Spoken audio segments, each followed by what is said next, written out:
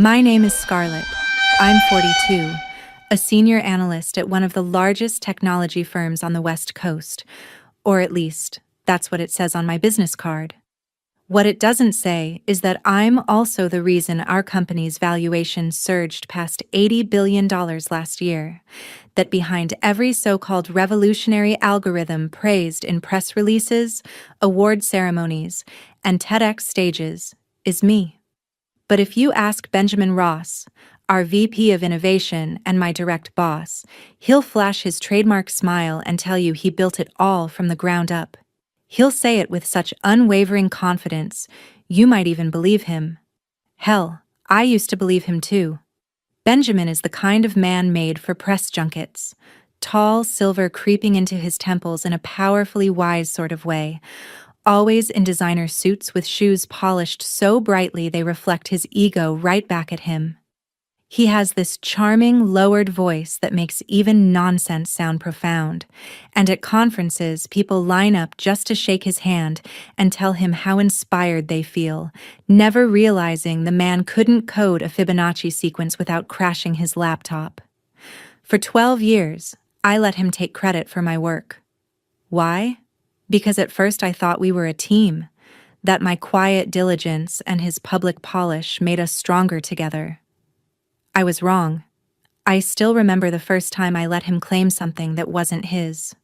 It was the prototype for our predictive behavior engine, an algorithm that could forecast user intent 5 moves ahead like a chessboard, and he stood at that product launch soaking in applause as if he'd birthed the code with his own hands. I told myself it didn't matter, that the work was what mattered, the impact, the progress. I was such a fool. Every year, I watched him climb another rung, first director, then senior VP, then head of innovation, while I stayed a senior analyst, a title that sounds respectable until you realize it hasn't changed since 2013. Every raise I received was quietly offset by the bonuses he collected. Every award I was too busy to attend he accepted in my place, and I let it happen until last month. It started small, an itch, a hunch, something in my gut telling me the foundation was decaying. Benjamin began mentoring a new hire named Laya, young, ambitious, straight out of MIT with a master's in AI ethics and no real understanding of how corporate politics worked. I watched him parade her around the office like a polished trophy, feeding her lines from my roadmap deck as if he'd authored them himself, and she admired him, which I couldn't fault her for.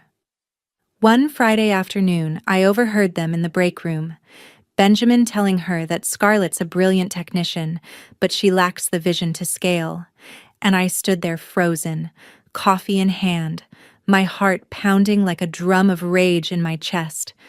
That was the first crack. The second came at the annual Tech Summit. We'd been working on an adaptive learning algorithm for months. My algorithm, not perfect yet, but powerful enough to redefine enterprise search. I'd written 90% of the framework myself, including the neural net sequencing that made it efficient in real time, and on stage, Benjamin pulled up my demo, skipped the technical details, and called it his latest innovation. He even winked. I didn't clap. I didn't even breathe. Then came the email. A forward accidentally sent to me from Benjamin to the CTO, saying Scarlett's becoming too attached to her code, and it might be time to sunset her role or move her into a less strategic position. That was the third crack, the one that split me wide open. That night, I opened a folder I hadn't touched in years, and inside was everything Benjamin didn't know existed.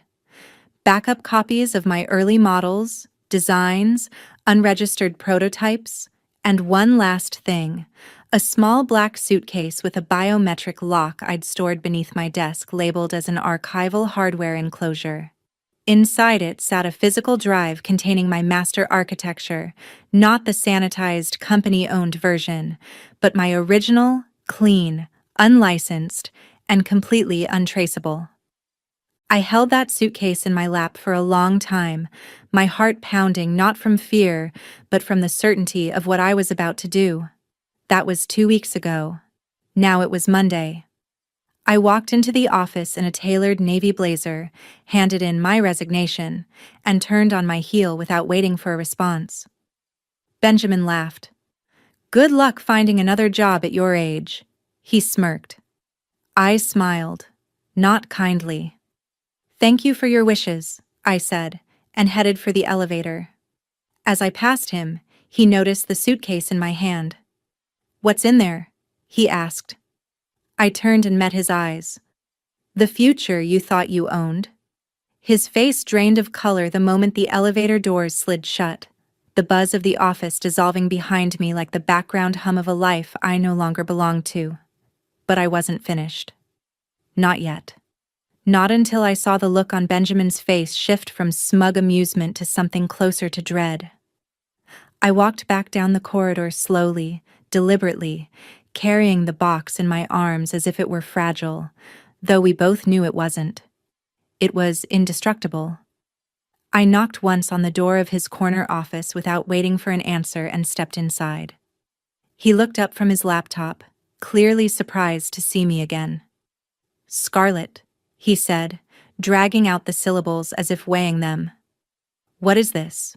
Your farewell tour?" I set the box gently on his pristine glass desk and sat across from him, my hands folded neatly in my lap. I didn't speak yet. I wanted him to fill the silence. He leaned back in his chair, that same slick grin he wore at every press conference creeping across his face. "Let me guess. Old files. Maybe a goodbye gift. I didn't think you were sentimental." I stayed quiet. His eyes flicked to the box, then back to me. "You know," he went on, "I'll give you this. You were loyal. Too loyal. But let's be honest. At 42, you don't stand a chance in this industry anymore." He laughed lightly, like it was a casual truth instead of a blade. "You really think anyone's going to hire you after this? A mid-level analyst with no patents, no public work, no visibility. Your name isn't even in the footnotes, Scarlett. It's like you never existed." I tilted my head slightly and finally spoke, my voice calm and steady enough to make him pause. "That's what you're betting on, isn't it?" He blinked. That I'd walk away quietly, that the last 12 years of my work would be buried in his shadow with no trace I'd ever been there. Benjamin opened his mouth, but I raised one hand and placed a slim silver drive on top of the box. "This," I said evenly, "is a complete archive of every project I've worked on. Version histories, annotated commits, development logs with timestamps, private documentation, metadata, even internal emails. Everything from concept to deployment, including the files you presented as your own." He sat up straighter now, his eyes narrowing just a fraction. The grin didn't disappear, but it cracked at the edges. "I always kept a clean trail," I continued, "because I've known for a long time the day would come when you'd try to erase me. I didn't expect it to take 12 years, but here we are." He scoffed, trying to regain his balance. "You think a few files are going to change anything?" "No," I said simply. "I think having all of them already has." His fingers drummed once on the desk, betraying a flicker of nerves. "You signed an IP contract when you joined. Standard terms. The company owns everything." I nodded. "Everything developed using company resources, yes, but not the frameworks I built at home on my own equipment before they were ever proposed. Not the algorithms that predated their internal counterparts. Not the early iterations I documented under provisional ownership. And certainly not the integrated diagnostic system you rebranded as BenVision, the one that was never even submitted through the formal repository. You presented it straight from a USB stick." His face paled slightly. "I kept the original files," I added softly. "I have comparison logs, data trails, audit timestamps, and more importantly, Benjamin, I have nothing to lose anymore." He opened his mouth, but this time nothing came out. Just air. I leaned forward, elbows resting on my knees. You don't understand the position you're in right now. You think I'm walking out defeated. But what's actually happening here is a transfer of power. You don't own the narrative anymore. I do. His jaw tightened. You wouldn't. I haven't said what I'll do, I interrupted gently. Not yet. But I want you to sit with this feeling for a moment. The weight of realizing you're no longer in control. That the person you underestimated, the one you ignored and dismissed for over a decade, holds the very threads of the empire you built your name on. Silence. I stood, lifted the box again, and turned toward the door. Before I stepped out, I paused. One more thing, I said, glancing back. You should check the backup logs on the company server. I left a small note in the metadata. Nothing malicious, just a reminder. What kind of reminder? He asked, his voice low. That the architecture remembers who wrote it. Then I left. His face stayed with me all the way to the elevator, not because I felt guilt, but because for the first time I saw fear in his eyes, and I realized he knew exactly what I was capable of.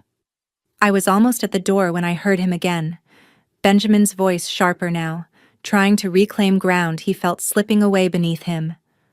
You're bluffing, he said. You know what the company's IP policy says. Everything made during employment belongs to us. End of story. I turned back, slow and deliberate, like a woman with all the time in the world. That's true, I said, setting the box on the edge of a nearby chair. Except you're forgetting one small thing. He folded his arms, defensive now. You wrote that policy, I reminded him. Well, you signed it anyway, back in 2015, the year after we nearly lost that patent lawsuit from Apex. I pulled a folder from the box and slid out a printed copy, thick, highlighted and annotated in my own hand. Do you remember what we changed in the revisions? He didn't answer. His eyes dropped to the pages. I flipped to a tabbed section. Section 12, paragraph 3, subsection B. I'll read it for you. Employees retain rights to intellectual property originated and developed outside company time or premises, provided such work does not incorporate proprietary internal resources or confidential client data. I placed the document gently on his desk. You signed off on this, I said softly, almost kindly. In fact, you insisted on the clause. You said it would encourage creativity and help recruit top engineers. Your exact words, if I recall correctly. Benjamin stared at the paper like it was written in another language. And here's the kicker, I continued, pulling out a second sheet, a copy of the time logs I'd exported from our internal network, marked and cross-referenced with project timestamps. These modules were all developed before I ever submitted them, all built on my home machine during personal hours, every update documented, every file hash-matched. I looked at him then, really looked. He wasn't smiling anymore. That means the original logic trees, the diagnostic skeleton, the predictive pathway design, they're mine. Legally, creatively, completely mine. He opened his mouth to argue, but nothing came out. And if you're wondering why that matters, I said, lowering my voice just enough to cut through the space between us, it's because everything you've built your public image on traces back to one of those designs. I saw it land. That slow, sinking realization spreading across his face like spilled ink. His charm fractured, his posture shifted. The gleam in his eyes dulled as the enormity of it unfurled. You didn't just borrow my work, I said. You built your entire career on it. The keynote speeches, the interviews, the awards, all of it. And now I can prove, definitively, that none of it was yours. He stood abruptly, his chair scraping back. But he didn't come closer. He just stood there, hands gripping the edge of his desk, eyes darting from the documents to the drive, then back to me. You wouldn't go public, he said, but his voice betrayed him, wavering just slightly.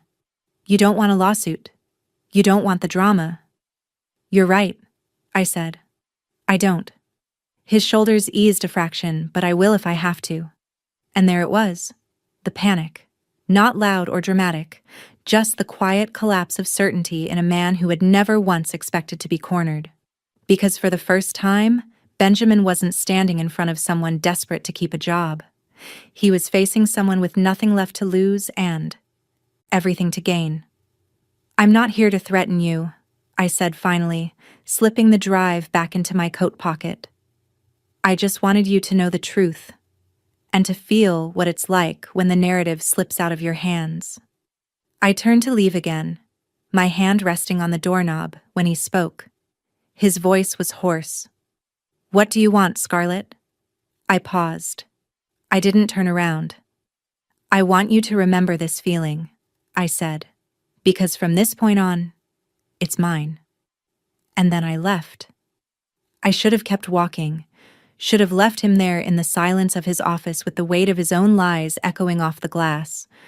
But something stopped me just as I reached the door. One last page hadn't been turned.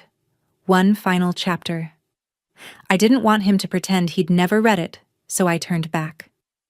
Benjamin's eyes widened just slightly, only for a moment, before he masked it with a lazy lean into his chair, arms crossed in that familiar CEO posture, confident, dismissive, untouchable, except the cracks were already forming, and I could see them.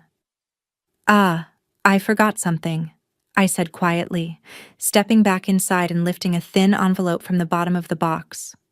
Or rather, I wanted to give you one last chance to see what you really missed. I set the envelope in front of him like a sealed confession. What is it? He asked. Though the bravado was gone, his voice thin now, paper dry. A ledger, I said.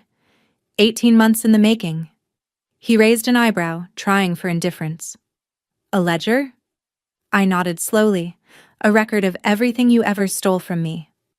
He opened his mouth, probably to deflect or spin or mock, but I didn't let him.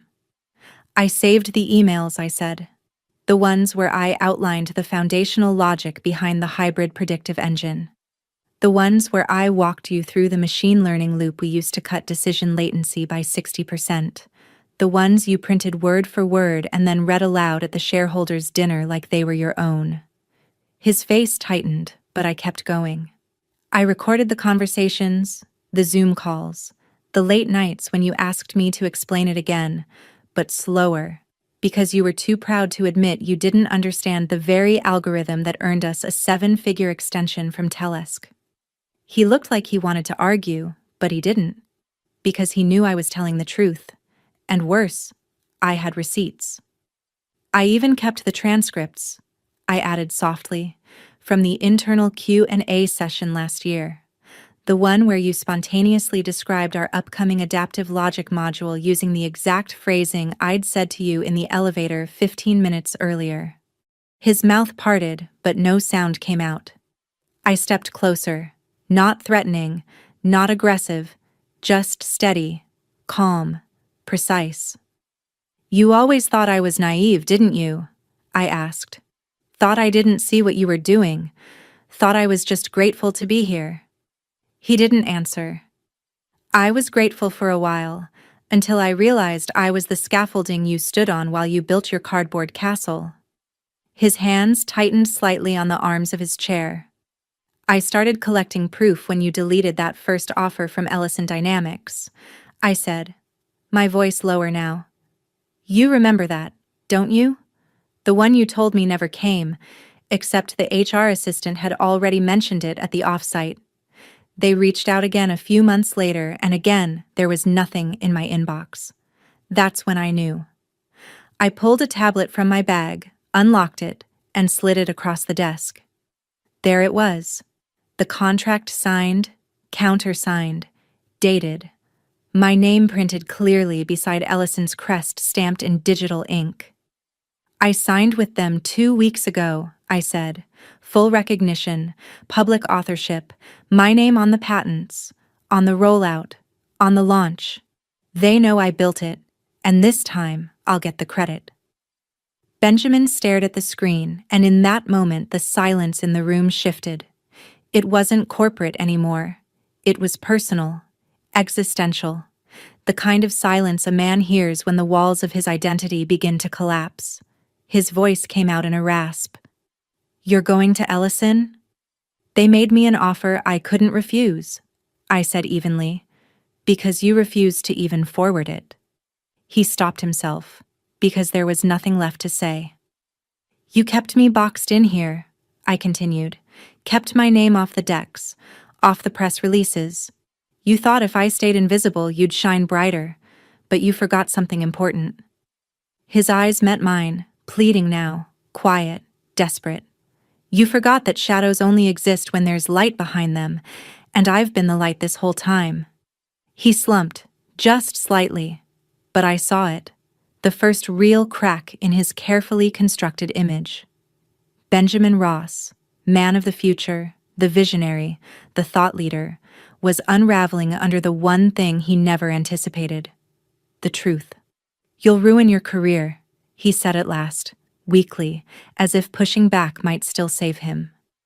I smiled, not unkindly. "No, Benjamin, I'll finally start mine." And I turned to leave again.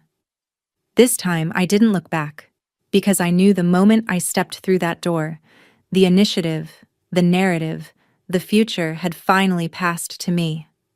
I was halfway down the hall when I heard his voice, low and strained. "Scarlett, wait." I stopped, not because I had to, but because I wanted him to hear the rest, to feel it. I turned slowly, and for the first time in a very long while, Benjamin Ross didn't look like a man in control. He looked like a man beginning to understand how much of his kingdom had been held together by a single invisible thread, and that thread had just snapped. I walked back into his office one final time. He was standing now behind the desk as if it might protect him. He tried to square his shoulders, but they didn't settle right. "I don't think you understand what this means," he said, his voice tight. "You can't just walk out." "Not now." I tilted my head. "Oh, Benjamin," I said gently, "I'm not walking out. I'm stepping away before it all comes down around you." He frowned, that desperate confusion flickering behind his eyes. "What are you talking about?" I stepped closer, not with malice, just with truth. "The system," I said. "The one you present in meetings like it's magic. The one analysts and investors and boards praise nonstop." I paused. "It doesn't run on magic.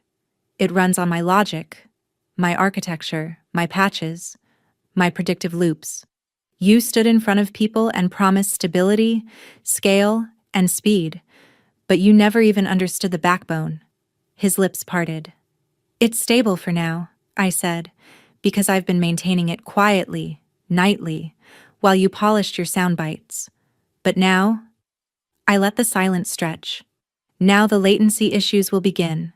First a few milliseconds, then subtle data misroutes in the network mesh, irregular forecast mapping, anomalies in user clustering. The system won't fail overnight, Benjamin, but it will begin to rot." He blinked. "And you won't know where to begin," I added, "because you never even opened the blueprint." He started to speak, probably a weak denial, but I raised a hand. "Oh, and your keynote next quarter," I said, arching a brow. "Good luck with that. I won't be ghostwriting it this time or prepping your insightful Q&A answers." He paled. "I've read your early drafts," I continued. "All buzzwords and empty promises. You'll stand on that stage talking about neural acceleration and cohesive vertical scaling, and someone in the audience, some intern probably, will ask a single targeted technical question. I leaned in slightly, and you'll blank." His mouth opened, then closed, panic flickering behind his eyes. "But don't worry," I said. "The world won't laugh for long." He looked at me, pleading now. "Why are you doing this?" "Because," I said calmly, "you built your name on my silence, and I'm done being quiet." I turned toward the window, watching our building's reflection gleam against the glass of another tower. And one more thing, I added without turning around. The new algorithms I've been developing in my spare time, they're real, and they're better. I heard his breath hitch. They're leaner, smarter, self-correcting. And in 6 months, once integration at Ellison is complete, they'll make your entire infrastructure obsolete. I turned back slowly, letting every word land. You won't just lose your edge, Benjamin. You'll lose your foundation. Because the future's already being built, and this time, you're not invited. He didn't speak. He couldn't. The truth had weight, and it settled on him like a mountain. There was nothing he could do, because for all his titles, Benjamin Ross never understood the thing he claimed to lead. And now that the person who did was gone, truly gone, he was left standing in the ruins of a brilliance he never possessed. And I was already building the next world. I was gone. Officially. Unmistakably gone. No internal announcement, of course. No farewell email. No company-wide send-off. Benjamin made sure of that. But inside the walls of that glittering tech empire, something began to shift. And outside, where it truly mattered, on the stages, in the interviews, under the spotlight, the unraveling had already begun. At first, it was subtle. His next LinkedIn post landed with a dull thud, a jargon-heavy caption beneath a photo of him, standing in front of a server rack he didn't know how to read. Innovation isn't a product. It's a mindset, he wrote. Only 5 likes. Interns reposted it with cautious enthusiasm, the kind you show when you're still too new to recognize the difference between a leader and a man in a tailored suit holding someone else's work. And then came the quarterly press brief where he stood behind the familiar podium with the same gelled hair and designer suit. But something in the way he held his hands betrayed him because he didn't know what to do with them. No note cards this time, no whispered prompts in his earpiece. No scarlet waiting in the wings, just glittering generalities about scalable intent prediction across multi-platform touchpoints, until a Verge reporter asked about the underlying improvements in intent mapping and what had changed in the data architecture since Q3, and Benjamin blinked, smiled tightly, and answered with layered integration synergy, a response so hollow it drew an audible pause before the typing began. The kind of answer experts recognize instantly as nothing at all. 3 days later, Wired Tech Brief ran a short piece suggesting a leadership shift had left the innovation wing rudderless and questioning whether the ideas Benjamin championed were actually his. And another week later at the Pacifica Tech Summit, normally his playground, he took the stage with swagger and buzzwords about cognition-driven infrastructure. But when a MIT professor asked him to walk through the model hierarchy of his dynamic learning engine, he stumbled, searched for invisible cue cards, deflected with outcomes over blueprints, and by the end of the summit, the lobby buzz wasn't about what he unveiled, but what he couldn't explain. A moment that went viral on Twitter as people watched him dodge basic architecture questions. I saw it all from my new office at Ellison Dynamics. A warm cup of tea in my hands as the sunset bled across the skyline, feeling no anger or gloating, just quiet satisfaction as the illusion he'd curated for over a decade began to crack. Because without my voice behind his words, his empire was just an echo chamber, loud but empty. Later that night, barefoot on my apartment floor reviewing the final drafts for Ellison's product reveal with my name on the header, my phone rang. And there was his name, Benjamin Ross, the man who used to text me at all hours begging for polish. And when I finally answered, his voice was dry and tight as he admitted the conference was tomorrow, and he needed my help. The slides, the diagrams, anything. His confidence stripped down to raw panic, and I said nothing at all, letting the silence do exactly what it was meant to do. Then, barely above a whisper, he said it, admitting he didn't know what he was doing, And I froze as he went on, voice rough, confessing that he never truly did, that he only repeated what I wrote and memorized what I explained, never understanding the architecture or fully grasping the logic, too afraid to ask questions because it would make him look small. And when he spoke again, the words came slower as he told me I made him look brilliant, that for 12 years he stood in rooms smiling while they clapped, terrified someone would finally ask something real. And now they were. Something tightened in my chest. Not pity, but the ache of 12 years of being invisible, of shrinking so he could be seen. And when he begged me to walk him through it one last time, I closed my eyes and remembered the jokes about my technical tangents, the introductions that made me his right hand instead of the mind behind it, the awards where my name was missing, the applause that should have been mine. And I told him softly but clearly no, that I wasn't coming back or cleaning up his mess anymore, that tomorrow he would answer their questions himself or he wouldn't, but it would no longer be my job to save him. His breath broke, almost a laugh, as he whispered please, saying I didn't understand what it felt like. And I looked out at the skyline, the building where I once spent every waking hour proving my worth, and told him I did, that I lived it, and now it was his turn, before hanging up and feeling the door finally close behind me. The conference took place in the Aurora Grand Hall, all glass and polish, 3,000 specialists beneath glowing LED rings, a cathedral built for spectacle. With Benjamin Ross announced as the closing keynote on the future of learning systems and sentient algorithms, his name flashing above the stage while I watched the muted live stream, waiting to see how far he'd fall. He walked out in the same crisp navy suit and perfect hair, but something lagged in his movements, his smile hesitating as his eyes searched not like a leader, but like a man grasping for a lifeline, and behind him the slides rolled, stock images and hollow titles about dynamic synthesis and cognitive resonance, nothing resembling the architecture we built.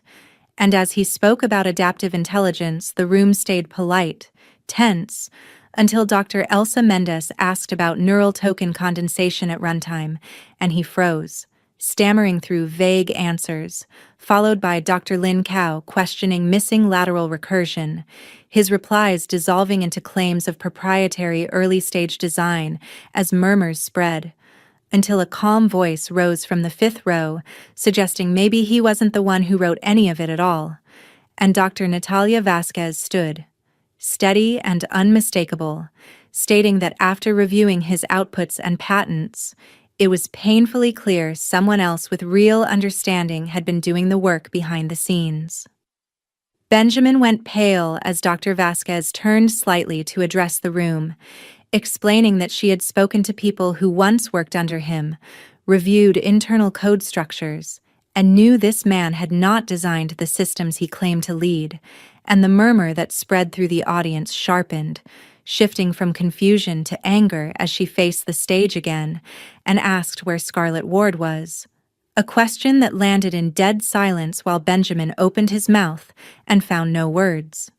That was the unraveling, the instant the Emperor stood exposed before the crowd without a script, without knowledge, without the woman who built his kingdom, and the cameras didn't cut away or the lights dim, leaving him frozen there as I watched from my apartment with no smile or gloating, only the steady calm of truth finally surfacing, because when you spend a lifetime building something real, the world eventually sees it, even if the illusion has to shatter first. When Dr. Vasquez spoke my name, clear and deliberate, the room fell into perfect stillness, no applause or gasps, just a collective breath held too long before whispers spread, heads turning, fingers flying across screens as they searched for the name that had lived in footnotes beneath someone else's spotlight, Scarlet Ward. I wasn't on the program, though Ellison's team had given me a speaker badge just in case, one I hadn't planned to use or even stay long enough to need. But in that moment something settled inside me, not vengeance or pride, just clarity. And I stood, smoothed my black jacket, and walked down the aisle to the soft rhythm of my heels on carpet. Benjamin stepped back as if the floor itself were shifting, looking at me not with anger, but with the hollow stare of a man watching his reflection fade. Saying nothing as I reached the podium, rested my hand on its edge, adjusted the mic, and spoke my name to 3,000 waiting faces before telling them that for the last 12 years I had been the architect behind the behavioral logic models powering the intent prediction systems they'd heard about today.